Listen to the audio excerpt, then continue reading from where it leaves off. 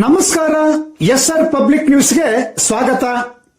ಜಮಾತೆ ಇಸ್ಲಾಮಿ ಹಿಂದ್ ಬಳ್ಳಾರಿ ಜಿಲ್ಲಾ ಘಟಕದ ವತಿಯಿಂದ ವಿಶ್ವ ಪರಿಸರ ದಿನಾಚರಣೆಯನ್ನ ಬಳ್ಳಾರಿ ನಗರದ ಮಹಮ್ಮದಿಯಾ ಬಿಎಡ್ ಕಾಲೇಜಿನಲ್ಲಿ ದಿನಾಂಕ 8/6/2026 ಸೋಮವಾರದಿಂದ ಆಯೋಜಿಸಲಾಗಿತ್ತು.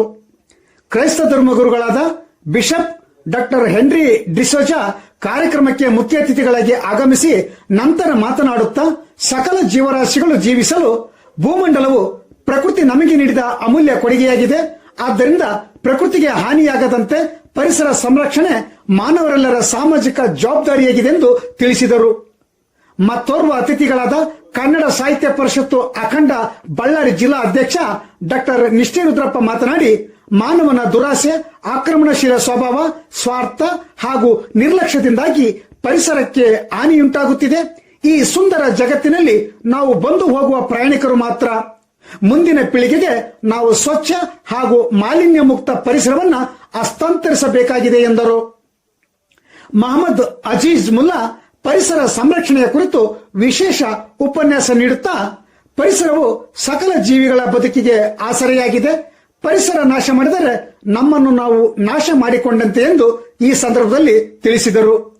ನಂತರ ಮಹಮ್ಮದಿಯಾ ಬಿಎಡ್ ಕಾಲೇಜಿನ ಕಾರ್ಯದರ್ಶಿ ಮೊಹಮ್ಮದ್ ಮುಜಮಿಲ್ ಮಾತನಾಡುತ್ತಾ, ನಮ್ಮ ಕಾಲೇಜಿನಲ್ಲಿ ವಿಶ್ವ ಪರಿಸರ ದಿನಾಚರಣೆಯನ್ನ ಹಮ್ಮಿಕೊಂಡಿರುವುದು ಮತ್ತು ಪರಿಸರ ಜಾಗೃತಿಯ ಬಗೆಗೆ ವಿಶೇಷ ಕಾರ್ಯಕ್ರಮ ಆಯೋಜಿಸಿರುವುದು ಹೆಮ್ಮೆ ತಂದಿದೆ ಎಂದರು. ಈ ಒಂದು ಕಾರ್ಯಕ್ರಮದಲ್ಲಿ ಮಹಮ್ಮದಿಯಾ ಸಮೂಹ ಶಿಕ್ಷಣ ಸಂಸ್ಥೆಗಳ ಅಧ್ಯಕ್ಷರಾದ ಮಹಮ್ಮದ್ ಇದ್ರೀಸ್ ಉಮ್ರಿ, ಫಾದರ್ ಐವನ್ ಪಿಂಟೋ, ಪ್ರಾಂಶುಪಾಲರಾದ ಶ್ರೀಮತಿ ಪಾರ್ವತಿ, ಶ್ರೀಮತಿ ಮಹಜಾಬಿನ್ ವೇದಿಕೆಯಲ್ಲಿ ಉಪಸ್ಥಿತರಿದ್ದರು. ಸೈಯದ್ ನಾಜೀರ್ ಆಲಿ ಪ್ರಾಸ್ತಾವಿಕವಾಗಿ ಮಾತನಾಡಿದರು. ಸೈಯದ್ ಮಿಸಾಜುದ್ದೀನ್ ಖಾದ್ರಿ ಕಾರ್ಯಕ್ರಮವನ್ನು ನಿರೂಪಿಸಿದರು.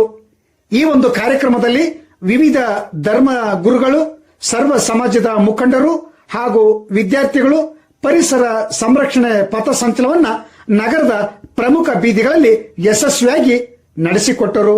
ವರದಿ BH Sharanappa, SR public news, Ballari.